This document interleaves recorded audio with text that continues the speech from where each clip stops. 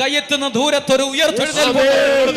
എവിടെയാണേലും നിങ്ങൾ അവിടെ കൊണ്ട് തീരുകയല്ല, ഇനി എത്തേണ്ടിടത്തേക്കുള്ള യാത്ര ആരംഭിക്കുകയാണ്. ദൈവം നിങ്ങളെ എഴുന്നേൽപ്പിക്കുകയാണ്. ഇപ്പോൾ തന്നെ നിങ്ങളിൽ ഒരു അത്ഭുതവും അടയാളവും സൗഖ്യവും സംഭവിക്കട്ടെ.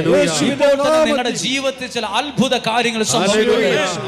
കരങ്ങളും ഉയർത്തിപ്പിടിച്ച് ഒരു നിമിഷം എല്ലാവരും അധരം തുറന്നൊന്ന് സ്തുതിച്ച് പ്രാർത്ഥിച്ച്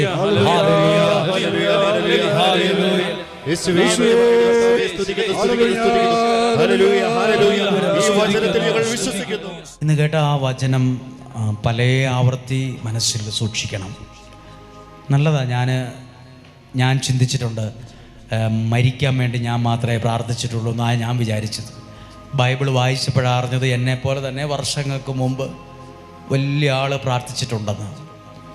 എന്നിട്ട് മരിക്കുകയല്ല ചെയ്തത്, ആ വ്യക്തിയെ ദൈവം അവിടെ വച്ച് അപ്പം കൊടുത്ത്